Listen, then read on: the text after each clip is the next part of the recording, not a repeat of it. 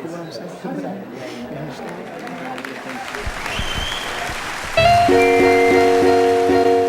watching Hidden Coast Surf Online, private surf coaching in Nosara, Costa Rica. For more details, please visit hiddencoastsurf.com.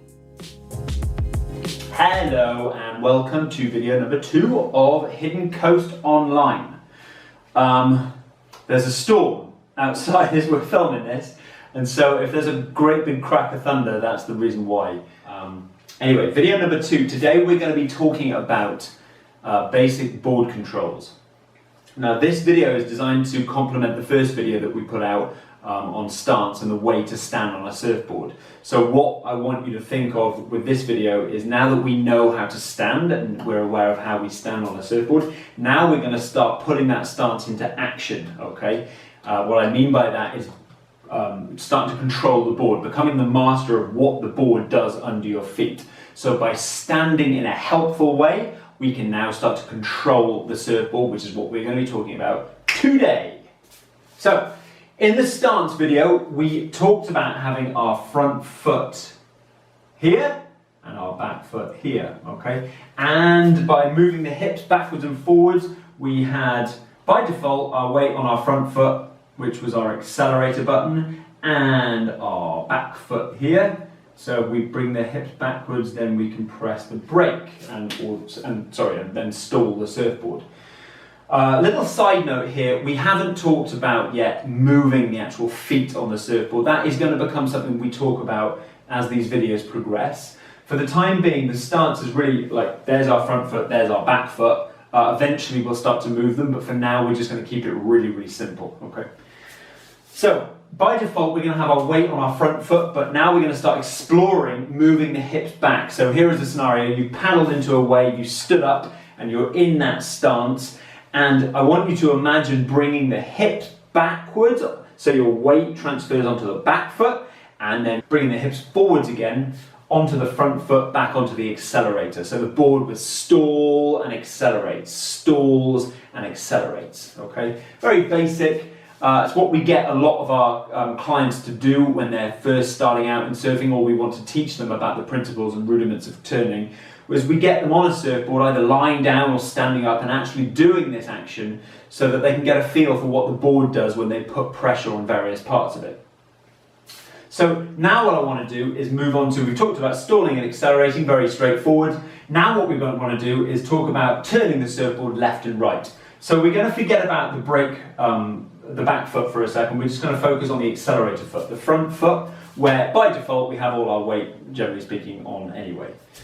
So by using the stance, what we can now do is start to bring our attention to the left or to the right. And again, imagine you've just caught a white water wave and you pop up to your feet, and I'm cruising along to the beach, and I just gently turn my attention to the right. What I can feel right now, because I'm goofy footed, my front foot is my right foot. So by looking off to the right, I can immediately feel some weight transfer off to the heel of my front foot, which means that we're suddenly putting pressure, not only just on the front part of the board, but also onto the right hand part of this accelerator button. So we're going to call this our right button, and then this is going to be our left button. And so by doing this, the board will gently trim off to the right. It's what we call a trimming turn, okay? So we're going to write that down here up next to the front foot. Trimming, turn. So we can label that TR and TL. So paddle in, I'm stood up, I'm cruising on towards the beach, and I bring my attention over to the right. Imagine about a 45-degree, looking over to the right like that. The board will gently start to bank off in that direction. So now we're starting to turn the surfboard, okay? But the problem that we have right now is eventually maybe we're going to want to turn to the left. But unfortunately, a trimming turn does not enable us to do that. If I simply now put my weight over to the other side of the board, to the trim left button, what happens is that this rail here digs in and flips the board, and off I go. And it's a really, really common reason why people fall off a surfboard, is that they will try to turn in multiple directions, or they'll try and change direction by just using their front foot and the trimming turns, and they therefore catch a rail and fall off. So, what I want to summarize with trimming turns is that trimming turns are good for turning in one direction. So I catch a wave going straight and I can turn to the left or to the right. So I can turn in one direction and I can turn more in the same direction. So if I lean on the right rail, I can lean harder to the right. I cannot lean on the left rail with the front foot because I'll catch a rail. So the way we get around this problem is, as you probably guessed, we're going to start using the back foot. We're going to bring the weight back to free the front of the surfboard so it's able to swing around and change direction, so we can go from right to left and left to right.